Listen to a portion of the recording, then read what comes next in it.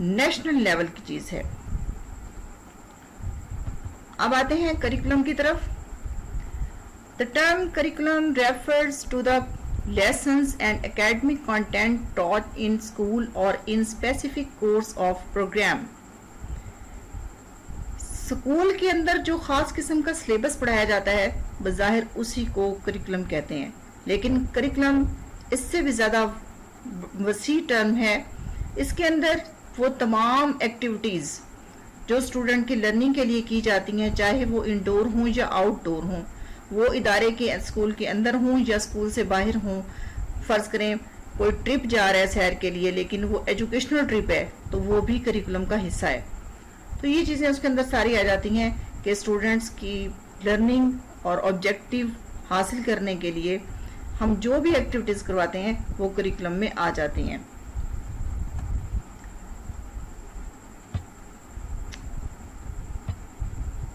اس کے بعد ہے جی پیڈاگوگی یا انسٹرکشنز.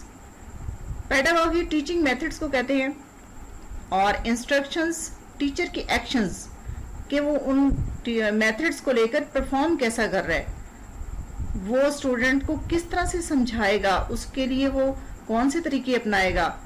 وہ لیکچر میتھڈ اپناتا ہے، ایکٹیویٹی بیسڈ میتھڈ اپناتا ہے، جو کوئی بھی اور کسی بھی طریقے سے مقصد لرننگ ہے، اسٹوڈنٹ تک وہ چیز پہنچ جانی چاہیے. تو اس کے لیے جو بھی طریقہ اپنایا جائے وہ پیڈاگوگی میں آتا ہے اور انسٹرکشنز ٹیچر کے ایکشنز. اب اس کے ساتھ ایک ورڈ اینڈراگوگی یوز ہوتا ہے. پیڈاگوگی اور اینڈراگوگی میں یہ ڈفرنس ہے کہ پیڈاگوگی چھوٹے بچوں کی تعلیم کے لیے جو میتھڈز اپنائے جاتے ہیں، ٹیچنگ میتھڈز ان کو کہتے ہیں، اور اینڈراگوگی ایڈلٹس کو پڑھانے کے لیے جو ٹیچنگ میتھڈ استعمال ہوتے ہیں انہیں اینڈراگوگی کہتے ہیں.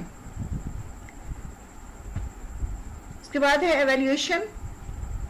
Evaluation is a process that critically examines a program.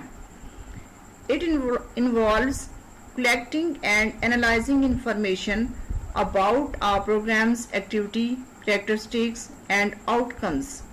Its purpose is to make judgments about a program, to improve its effectiveness, and or to inform programming decisions. Evaluation میں یہ دیکھا جاتا ہے کہ بچے نے کیا حاصل کیا ہے، جو مقصد تھا اس کو پڑھانے کا، اس کی لرننگ کا، وہ پورا ہوا ہے یا نہیں. اس کے بعد اس کو ڈگری دی جاتی ہے.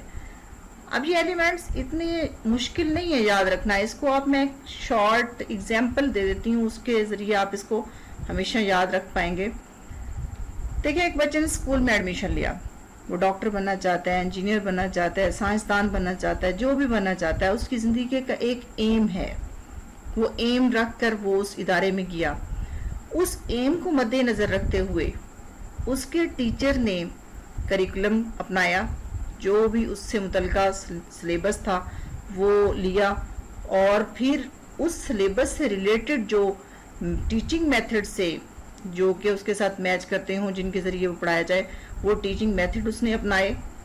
اور اس کے بعد جب اس نے وہ یعنی کہ مختلف پروسیس سے گزرتا گیا اور آخر میں ایویلیویشن کے طور پر اس کو ڈگری ملی. اب وہ ڈگری سوسائٹی میں کتنی یوزفل ہے، سوسائٹی اس سے کتنا بینیفٹ لے رہا ہے، اور وہ بچہ اس سوسائٹی میں کتنا یوزفل ہے، یہ چیز بھی اس کے اندر آتی ہے. یہ نہیں کہ اس نے صرف ڈگری لے لی، وہ ڈاکٹر بن گیا یا انجینئر بن گیا تو بات ختم.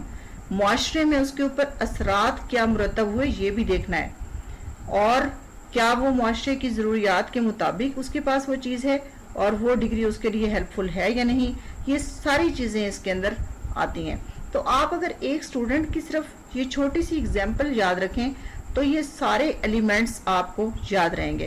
اس میں زیادہ امپورٹنٹ ایمز، کریکولم، پیڈاگوگی اور ایویلیویشن یہ زیادہ امپورٹنٹ ہے، لیکن باقی چیزیں بھی اس کے اندر آتی ہیں. تو اگر آپشنز میں ان میں سے کوئی چیز پوچھی جاتی ہے کہ یہ ایلیمنٹس آف ایجوکیشن میں شامل ہے یا نہیں، تو آپ ایزیلی کریکٹ کر سکتے ہیں کہ یہ مطلب یہ سامنے آپ کے سامنے ہیں ساری چیزیں کہ یہ ایلیمنٹس آف ایجوکیشن ہیں. اس کے علاوہ بھی بہت سارے ہیں لیکن یہ بہت امپورٹنٹ ہیں جنہیں ہم اگنور نہیں کر سکتے. ٹھیک ہے جی، تھینک یو سو مچ. اللہ حافظ.